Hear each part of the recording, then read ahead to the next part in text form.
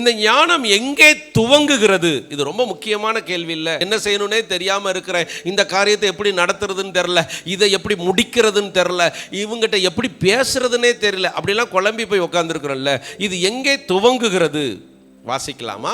111வது சங்கீதம், அதிலே 10வது வசனம். கர்த்தருக்கு பயப்படுதலே ஞானத்தின் ஆரம்பம். கர்த்தருக்கு பயப்படுதலே ஞானத்தின் ஆரம்பம். இது எங்கே துவங்கப்படுகிறது அப்படின்னு நீங்க கேட்டீங்கன்னா, தேவனுக்கு பயப்படுகிற ஒரு மனிதனுக்குள்ள மட்டும்தான் ஞானம் வெளிப்படுகிறது. கர்த்தருக்கு பயப்படுறதுனா என்ன? 128வது சங்கீதம் வாசிக்க வேண்டாம், எழுதிக்கோங்க. அதில் 1வது வசனம், கர்த்தருக்கு பயந்து அவர் வழிகளில் நடக்கிறது. அவருடைய வழிகளில் நீங்க நடக்கணும்னு தீர்மானிக்கிறீங்களே, இதுதான் நீங்க தேவனுக்கு பயப்படுறது.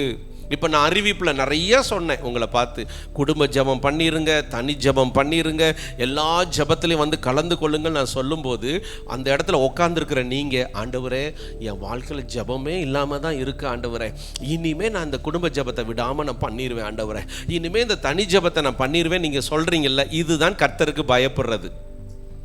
இவர் வேணா சொல்லிட்டு போறாரு, நம்ம இஷ்டத்துக்கு நமக்கு வேலை நமக்கு தான் தெரியும், உழைச்சிட்டு எவ்வளோ கஷ்டப்பட்டு நம்ம வாரோம் அப்படின்னா நீங்கள் தேவனுக்கு என்ன செய்யலை?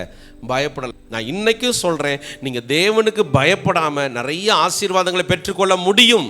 ஆனால் அந்த ஆசீர்வாதத்துக்கு ஒரு முடிவு இருக்குதுல்ல, அது படு பாதாளமாக இருக்கும்.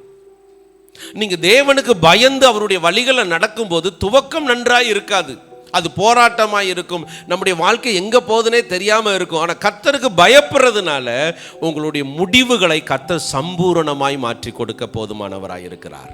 இன்னைக்கு நிறைய ஆண்களும் பெண்களும் கர்த்தருக்கு பயப்படுறதே இல்லை. அதுக்கு காரணம் என்னன்னு தெரியுமா? ஊழியக்காரங்களே கர்த்தருக்கு பயப்படலை, அப்புறம் எப்படி விசுவாசிகள் பயப்படுவாங்க?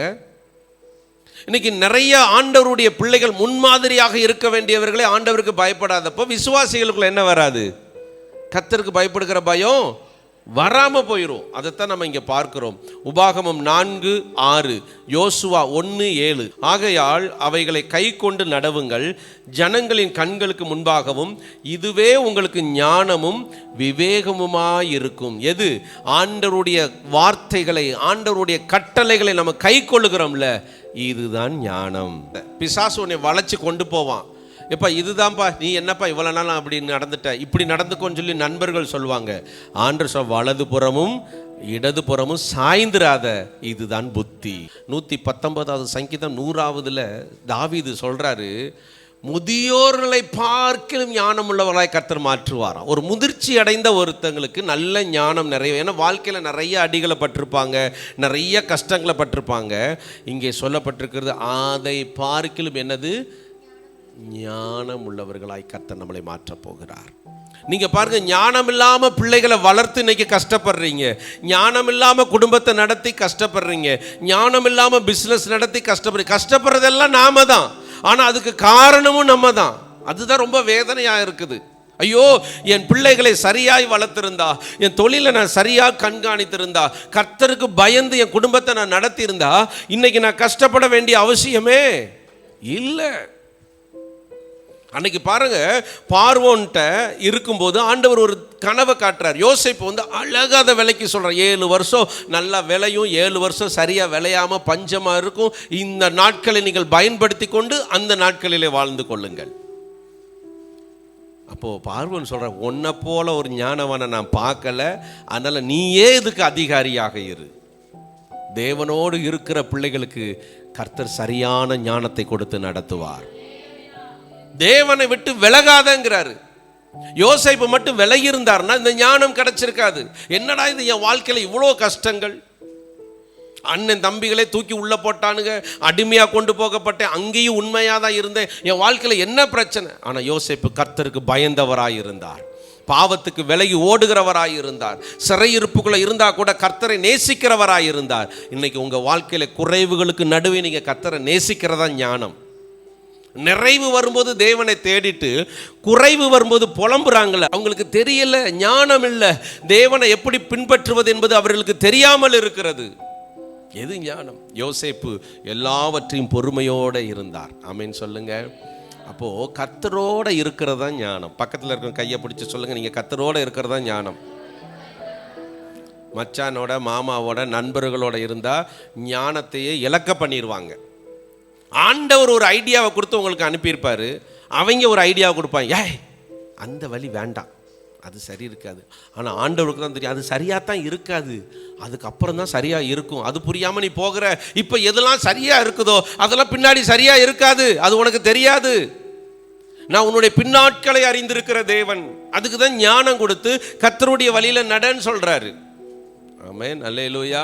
நிறைய பேர் சொந்த முயற்சி, சொந்த பிரச்சனை. பாருங்க, லோத்துவும் ஆபிரகாமும் 2 பேரும் பிரிஞ்சு போகும்போது லோத்து எப்படி கண்களை ஏறெடுத்து பார்த்தாராம், ஏதேனை போல கர்த்தருடைய தோட்டத்தை போல இருக்கிறதை பார்த்து செலக்ஷன் பண்ணி போனார். அது உலக ஞானம். ஆபிரகாம் சொன்னார், சமவெளியாக இருக்குது, ஒன்றுமே இல்லை, வனாந்திரமாக இருக்குது, ஆனால் எனக்கு ஒருத்தர் இருக்கிறார், கர்த்தர் இருக்கிறார், நான் போகிற இடத்தையே அவர் ஆசீர்வதிப்பார். அல்லேலூயா. இன்னைக்கு உங்கள் வாழ்க்கையில் தேவன் ஒரு ஞானத்தை கொடுத்துருக்கிறார். என்ன ஞானம் தெரியுமா? நீங்கள் கர்த்தருக்கு பயந்து நடக்கிறது. எப்பொழுது, அதுதான் ரொம்ப முக்கியம். எப்பொழுது கர்த்தருக்கு பயப்படுறதுனா, ஒன்றும் இல்லாதப்போ கர்த்தருக்கு பயப்படுறது, குறைவாக இருக்கும்போது கர்த்தருக்கு பயப்படுறது. நான் டெய்லி ஜெனிஃபருக்கு காசு கொடுக்குறேன், எங்கள் வீட்டில் வைக்கிற பிரியாணியை கொடுக்குறேன், எங்கள் வீட்டில் வைக்கிற குழம்பெல்லாம் கொடுத்துட்டே இருக்கிறேன். ஜெனிஃபர் என்னை ரொம்ப என்ன செய்வாங்க, நேசிப்பேன். ஆசிரியனே ரொம்ப நல்லவர் அப்படின்னு சொல்லுவாப்புல.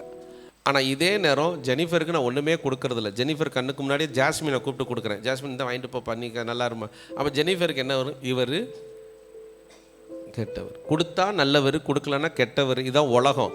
ஆனால் கர்த்தர் அப்படி நம்ம பாத்திரக்கூடாது. சிலருக்கெல்லாம் ஆண்டவர் நம்முடைய மாமா மச்சான் நண்பர்கள் மாதிரியே நினச்சிக்கிறது. அப்போ அவர் சரியில்லை பாப்பா, அப்படிலாம் நினைக்காதீங்க. அவர் நம்மளை நடத்துகிறாருன்னா உன்னை கற்றுக் கொடுக்குறாருன்னு அர்த்தம்.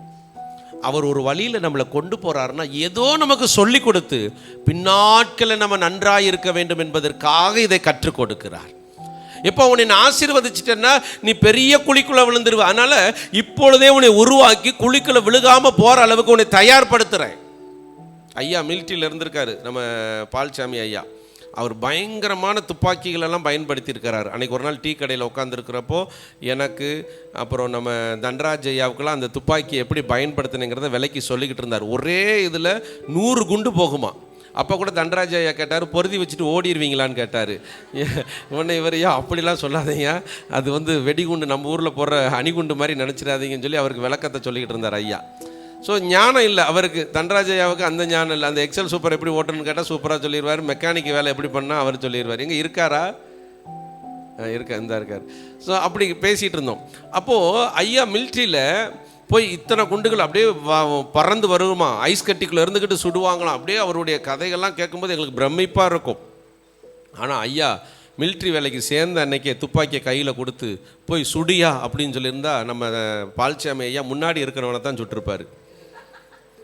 அவருக்கு முன்னாடி நின்றுட்டு இருப்பேன். ஏன்னா அந்த துப்பாக்கி எப்படி பயன்படுத்தணும், அது சுடும்போது அது எந்த அளவுக்கு அசைவு கொடுக்கும், அதை எந்த ஷோல்டரில் வைக்கணும், எப்படி வைக்கணுங்கிற கரெக்டு தானங்க நான் சொல்கிறது.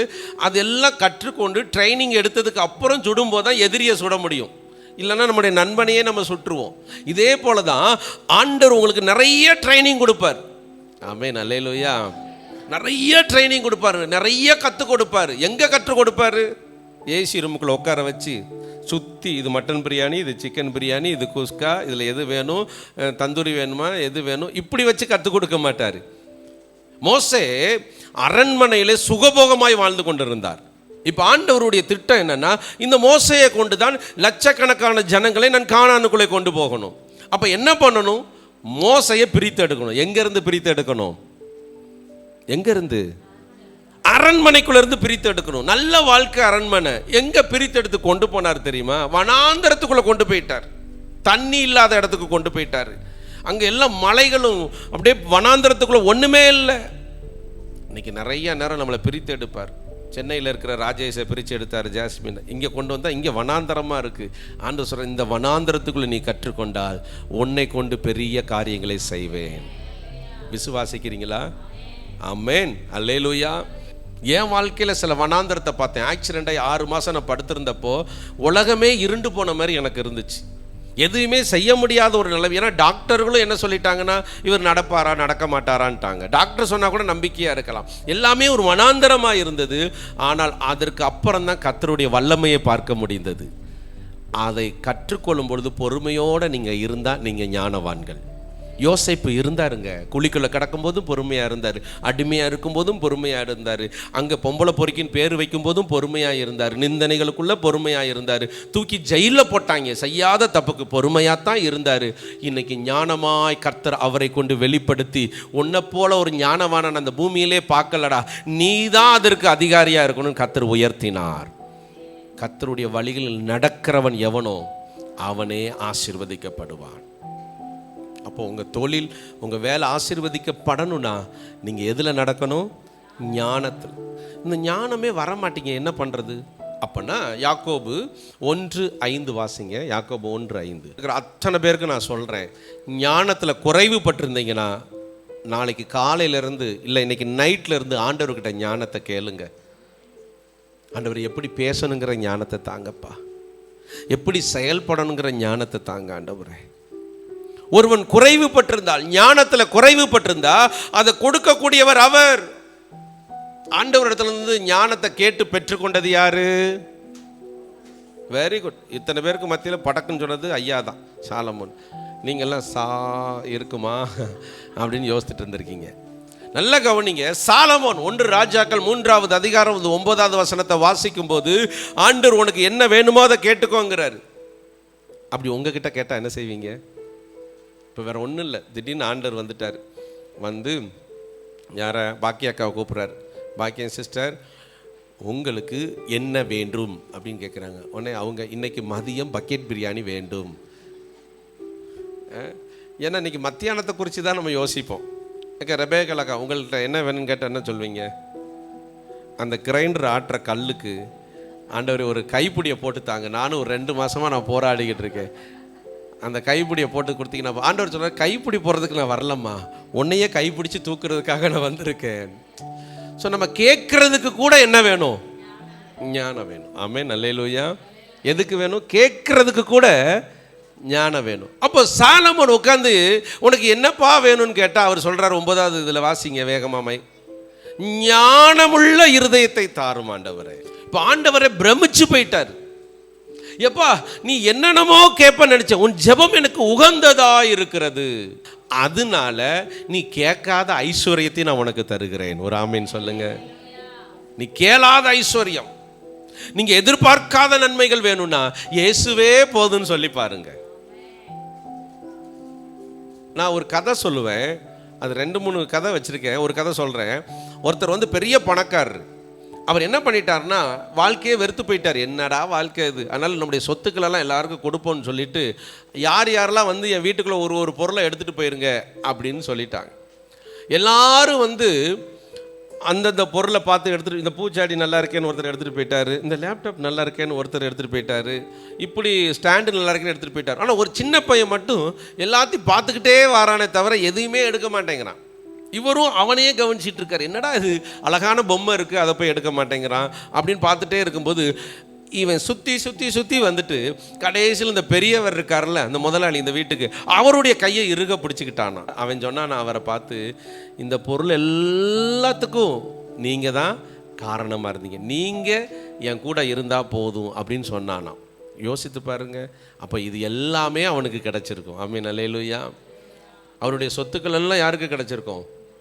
நம்மளும் ஆண்டவர்கிட்ட போயிட்டு எனக்கு ஒரு வீட்டை தாங்கன்னு கேட்காதீங்க. நீங்கள் என் கூடவே இருங்க ஆண்டவரேன்னு சொன்னீங்கன்னா அவர் உங்களுக்காக யாவையும் செய்கிற கர்த்தர். நம்ம ஞானமாக ஜெபிக்கணுங்க. இன்றைக்கி நம்ம ஞானமாக ஜெபிக்கிறது இல்லை. ஜெப குறிப்பு இன்றைக்கும் பாருங்கள், ஜெப குறிப்பு ஒன்று சொன்னால் நீங்கள் 2 ஜெப குறிப்புக்கு ஜெபம் பண்ணிகிட்டு இருக்கீங்க. நிறைய இடத்துல ஜூம்லலாம் நான் பார்ப்பேன். தேசத்துக்காக ஜெபிங்க அப்படின்னா பாஸ்டருக்காக ஜெபம் பண்ணிகிட்டு இருப்பாங்க. தப்பு அதெல்லாம். தேசம்னா தேசத்துக்காக ஞானமாக ஜெபிக்கணும், கருத்தாக நம்ம ஜெபிக்கணும். இவர் சாலமோன் அப்படிதான் ஜெபிச்சிருக்கிறாரு. அன்னாள் கூட பாருங்க, 1 சாமுவேல் 2வது அதிகாரம் 3வது வசனத்தை வாசிங்க. துன்பத்தின் நடுவில் அவ எப்படி ஜெபிக்கிறான்னு தெரிஞ்சுக்கோங்க. நான் இதை வாசிக்கும் போது ரொம்ப ஆச்சரியப்பட்டேன். 1 சாமுவேல் 2ல் 1, 2, 3 நீங்க வீட்டில் போய் வாசித்து பாருங்க. இப்போ 3 மட்டும் வாசிங்க. மேட்டுமையான பேச்சை பேசாதீருங்கள். அகந்தையான பேச்சு உன் வாயிலிருந்து என்ன செய்யக்கூடாது? இந்த வாய் இருக்கே, வாய் அம்மா, யாக்கோபு வாஸ்து பார்த்தீங்கன்னா இந்த வாய் ஒரு பெரிய காட்டையே, அதாவது சிறிய நெருப்பாக இருக்கிற தீக்குச்சி எப்படி பெரிய காட்டையை அழிச்சிடும். அந்த வாய் இருக்குல்ல, அது எத்தனையோ பேரை வேதனைப்படுத்திடும். ஊரை பூரா வேதனைப்படுத்திட்டு வந்து சோத்திரம் ஜோத்திரம் ஜோத்திரம் ஜோத்திரம்னு உட்காந்துருக்கிறது. இங்கே என்ன சொல்லப்படும்? மேட்டுமையான பேச்சை பேசக்கூடாது, அகந்தியான பேச்சை பேசக்கூடாது. கர்த்தர் ஞானமுள்ள தேவன். கர்த்தர் யாரு தெரியுமா? ஞானமுள்ள தேவன். அவர் செய்கைகள் யதார்த்தம் அல்லவோ. குழந்தையே இல்லாம பல வருஷம் துக்கத்துக்குள்ள இருக்கிற அன்னாள் சொல்லுகிறாள். அப்போ அன்னாளுக்குள்ள என்ன இருந்திருக்குன்னா ஒரு ஞானம் இருந்திருக்கிறது. என்ன ஞானம்? கர்த்தரை துதிக்கிற ஒரு ஞானம், கர்த்தரை அறிகிற ஒரு ஞானம் இருந்திருக்குது. இன்னைக்கு நிறைய பேருக்கு கர்த்தரை அறிகிற அறிவே இல்லை. அதனால தான் இன்னைக்கு வாழ்க்கையில் இவ்வளோ கஷ்டங்கள். அவன் என்னை அறிந்திருக்கிறபடியால் அவனை உயர்ந்த அடைக்கலத்திலே வைப்பேன். யாரை அறிந்திருக்கணுமா? நமக்கு 7வது தெருவில் இருக்கிற முனியம்மாக்காவை பற்றி நல்லா தெரியும். அவள் எத்தனை மணிக்கு எந்திரிப்பா, என்ன சேலை கட்டுவா, எப்படி முந்தானை வச்சிருப்பா, எத்தனை மணிக்கு பாத்திரம் விளக்குவான் முதற்கொண்டு நமக்கு தெரியும். ஆனால் யாரை தெரியாது? ஆண்டவரை பற்றி தெரியாது. சிலர்லாம் இங்கே உட்காந்துட்டு குறை கண்டுபிடிக்க சொல்லுங்க, 1000 குறைகள் எழுதியிருப்பாங்க. எனக்கு ஒரு டைரி வாங்கித்தாங்க பாஸ்டர்.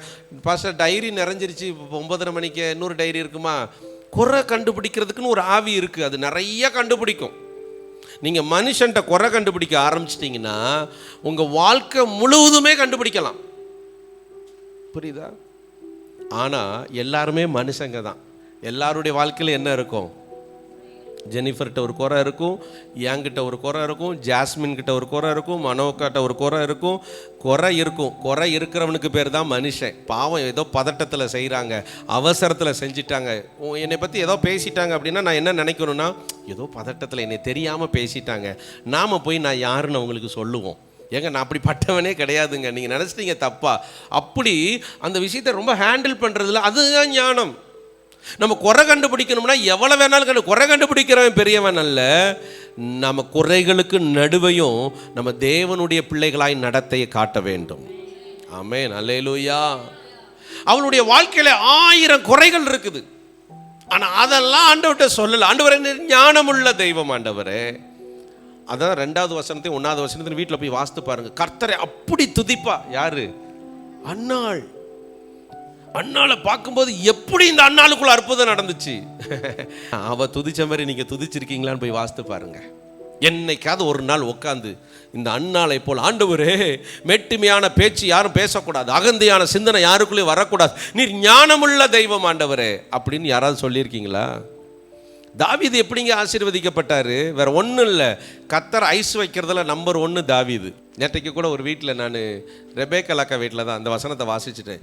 அப்புறம் ஜூம்லேயும் ஒரு நாள் நான் இதை பேசினேன். எது வரைக்கும் ஆண்டவரே என்னை நீர் மறந்திருப்பீர்? எது வரைக்கும் ஆண்டவரே நான் இந்த சஞ்சலத்தை இருதயத்தில் வச்சுட்டு திரிகிறது?